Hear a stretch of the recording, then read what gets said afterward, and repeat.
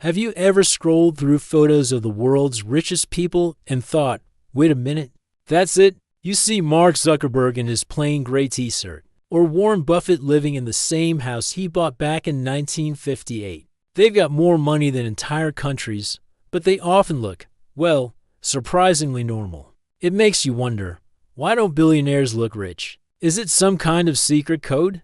A reverse flex? Today, we're diving deep into the fascinating psychology and strategy behind why the truly wealthy often choose to look anything but. First, let's get one thing straight. The idea of looking rich is often a middle-class concept. When you're striving for financial security, buying a luxury car or a designer watch can feel like a tangible symbol of success. It's a way of signaling to the world and to yourself that you've made it. But when your net worth is 9, 10, or even 12 zeros, the game changes completely. You no longer need external validation. Your wealth isn't something you need to prove. It's a fundamental reality. For billionaires, a $10,000 suit doesn't scream, "I'm successful." It's a drop in the ocean. Their focus shifts from accumulating symbols of wealth to accumulating actual wealth and influence. They're playing a different game, and the scoreboard isn't measured in designer logos. One of the biggest reasons for this understated lifestyle is something called decision fatigue. Think about your own morning routine. Deciding what to wear, what to eat for breakfast, which route to take to work. Each choice, no matter how small, consumes mental energy. Now, imagine you're running a global empire. The decisions you make in a day could affect thousands of employees and billions of dollars. Steve Jobs, with his iconic black turtleneck, and Mark Zuckerberg, with his closet full of identical gray shirts, understood this perfectly. By creating a personal uniform, they eliminated a trivial decision from their day, freeing up precious mental bandwidth for what truly matters, building their businesses. It's not about being cheap. It's about being ruthlessly efficient with their most valuable resource, their cognitive power. They've essentially optimized their lives to minimize friction and maximize focus. Another powerful driver is the desire to be relatable and maintain a strong company culture. A CEO who shows up to the office dripping in diamonds and driving a gold-plated supercar creates a huge disconnect with their employees. It sends a message of us versus them. But a leader who dresses simply, like their team, fosters a sense of unity and shared purpose. It communicates that they're focused on the work, not on the perks. Sam Walton, the founder of Walmart, was famous for driving an old pickup truck. This wasn't just an eccentric quirk.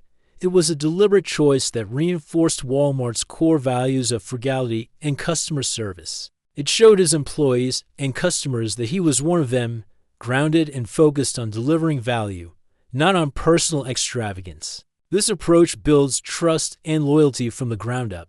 Let's also talk about the difference between old money and new money. While it's a generalization, there's a cultural element at play. Old money families, who have been wealthy for generations, often have a culture of discretion. They were raised with the understanding that overt displays of wealth are considered vulgar or in poor taste. Their confidence is inherent. They have nothing to prove. On the other hand, those who are new money might initially be more inclined to purchase luxury goods as a celebration of their newfound success. However, many of the self-made billionaires we see today, like Bill Gates or Jeff Bezos, quickly adopt a more understated approach as their wealth matures. They realize that true power lies not in what you wear, but in what you can do. Fund a foundation, change an industry, or shape the future. Furthermore, investing in experiences over things is a hallmark of the ultra-wealthy. While a flashy car depreciates the moment you drive it off the lot,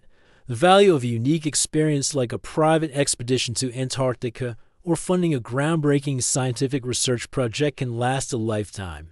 They understand that material possessions provide a fleeting hit of happiness, but investing in knowledge, relationships, and personal growth yields far greater long-term returns. Their spending is just on a different scale and for different purposes. They might not buy a Rolex, but they might buy the entire watch company if they see it as a good investment. Their focus is on asset acquisition, not conspicuous consumption. A plain t-shirt might be a simple choice, but it's worn by someone who just spent $50 million on a piece of art or $100 million on a charitable cause. The clothes are irrelevant. The impact is everything. Finally, many billionaires simply have different priorities. When you can buy anything you want, the desire for things can diminish. Their passion isn't for fashion.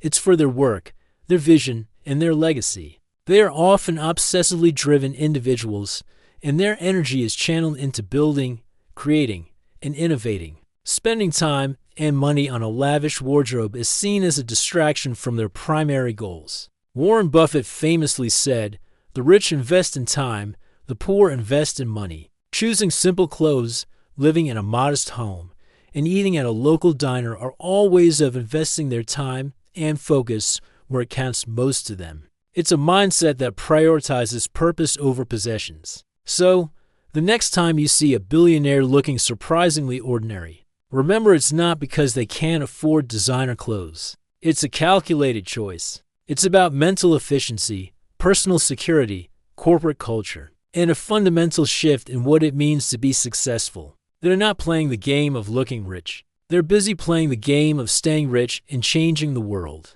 It's a powerful lesson that the ultimate luxury isn't what you own, but the freedom to not have to prove it. Thanks for watching. If you found this interesting, don't forget to like this video and subscribe to the channel for more deep dives into the world of success and strategy. See you in the next one.